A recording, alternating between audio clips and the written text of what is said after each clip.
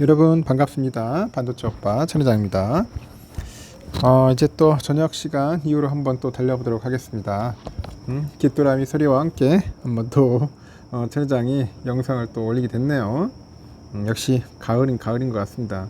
저녁은 가을인데 낮에는 여름인 것 같더라고요. 낮에는 덥고 저녁 시간 되면 좀 약간 서늘하기보다는 약간 선선한 그런 느낌? 그런 느낌이 좀 드는 것 같아요.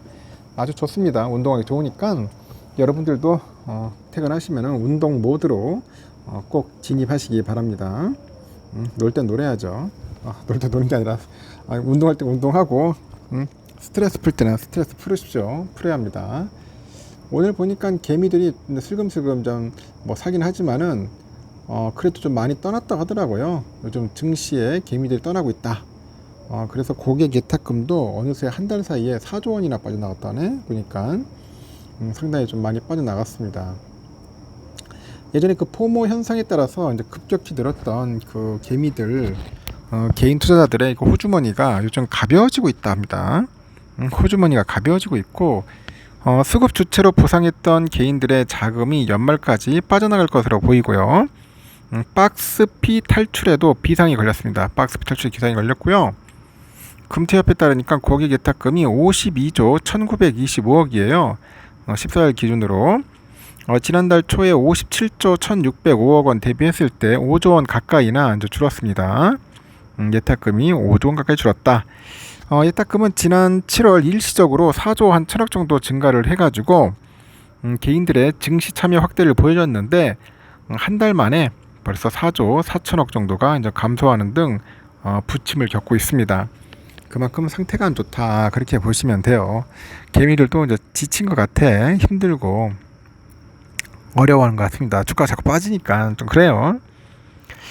개미들이 2차 전지의 그 투자 열풍 때문에 지난 7월하고 이제 8월 달에 코스피에서 각각 3조 5,229억 정도 그리고 3조 3,573억 정도를 매수를 했어요.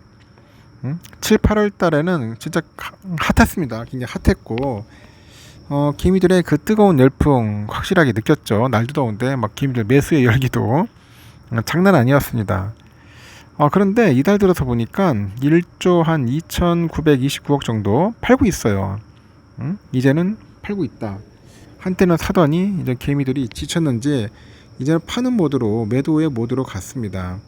7월 1.2% 증가했던 그 활동 계좌 수가 이제 8월에는 0.7% 증가에 그친 거죠.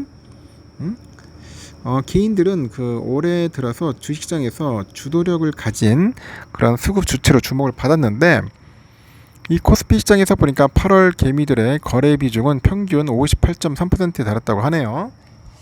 이달 들어서도 53.5%를 유지하고 있고요. 거래의 절반 이상을 개미들이 책임지고 있더라. 개미들이 현재 사고 있더라, 그런 겁니다.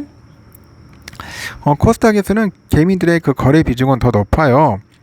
지난달 평균 수치를 보니까 80.1%입니다. 80.1%에 달았고 지난 2020년을 보니까 그 최고치보다도 낮지만은 여전히 높은 수치를 이제 보여주고 있다는 거죠.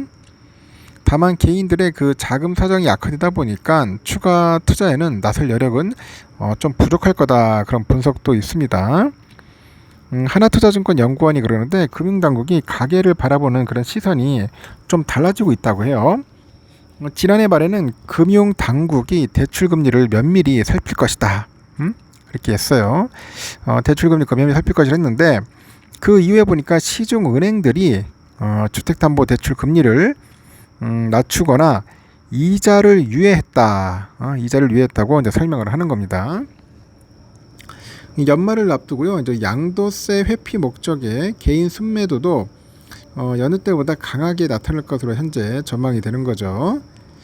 개인들의 그 투자자의 양도세 전면 부과는 2년간 유예됐지만요. 23년, 24년에 그 상장 주식 대주주 과세 기준은 유지가 됐습니다. 그래서 올해 개별 종목을 10억 원 이상 보유한 개인이다. 개인이라면은 연말 전에 이제 매도할 유인이 있다는 지적입니다. 뭐 10억 원까지 갖고 있는 사람이 얼마나 있는지 모르겠는데 하여튼 10억 원 이상 대주주분들은 연말 되면은 좀 많이 털어낼 거예요. 일단 양도세 피하려고 어쩔 수 없습니다. 이게 참 잘못된 것 같아요. 야, 10억 원이 뭐야?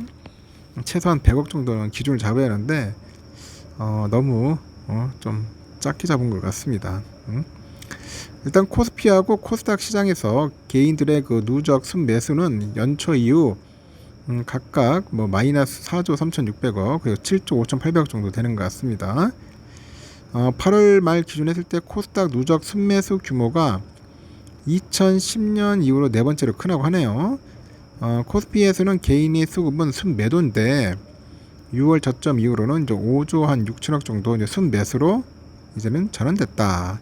그런 이야기를 하는 겁니다. 그리고 개인들의 순매수 비중이 크고 상승률도 상대적으로 높았던 그런 업종에 대한 매물 출회 경계감이 나오고 있다고 하죠.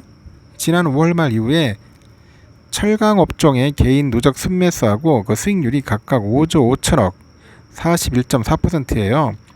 이 화학하고 IT 가전 등 2차전지 관련 종목에도 개인들의 이제 순매수가 나타났지만은 업종 수익률이 마이너스였답니다. 업종 수익률이 마이너스였다.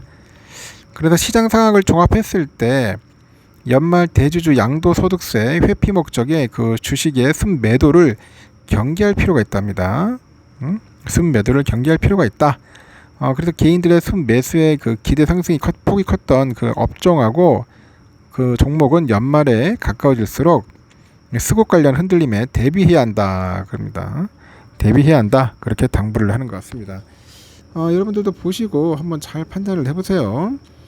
연말에 가까울수록 수급 관련 흔들림이 있다. 항상 그거는 반복되는 것 같습니다. 양도소득세 가지고도 또 이제 또 스트레스 받는 그런 일들이 또 생기기 시작하는 것 같습니다. 개미들이 이제 좀 민감한 것 같아요. 이제 2차 전지 열풍도 꺼지는 것 같고 자꾸 보니까 뭐 침체 온다, 위기 온다 그런 이야기들 많이 하지 않습니까? 미국에서도 그렇고 뭐 전문가들 사람들도 다 그런 이야기도 떠들어 다니고 있고 그런 상황이 온다고 해가지고 왔던 적이 있는지 모르겠어요. 뭐 다 전문가라는데 전문가 사람들 안 맞더라고. 그래서 너무 거기에 우리가 휘둘릴 필요는 없을 것 같아요. 그냥 내가 소신껏 하면 됩니다. 무리하게만 하지 마세요. 무리하게 뭐 한 종목에 막 이렇게 몰빵을 때린다거나 빚을 내 가지고 한다거나 뭐 레버리지 일으켜 가지고 한다는 것은 아닌 것 같아요. 특히 신용매매 하지 마세요. 신용매매 신용을 많이 쓰는 것 같던데 이게 신용매매가 잘못하면은 이게 뭐 주가가 빠지거나 할 때 이게 반대 매매가 나올 수 있어요. 이제 그런 부분이 염려스러워서 제가 말씀을 드리는 겁니다. 그냥 여러분 작은 금액이라도 그냥 천천히 한 발짝 한 발짝 뭐 스텝 바이 스텝이에요. 그냥 천천히 가면 됩니다. 절대 무리하게 할 필요는 없어요. 알겠죠? 차분하게 투자하는 그런 습관이 좀 필요한 시기인 것 같습니다. 여기까지 하겠습니다.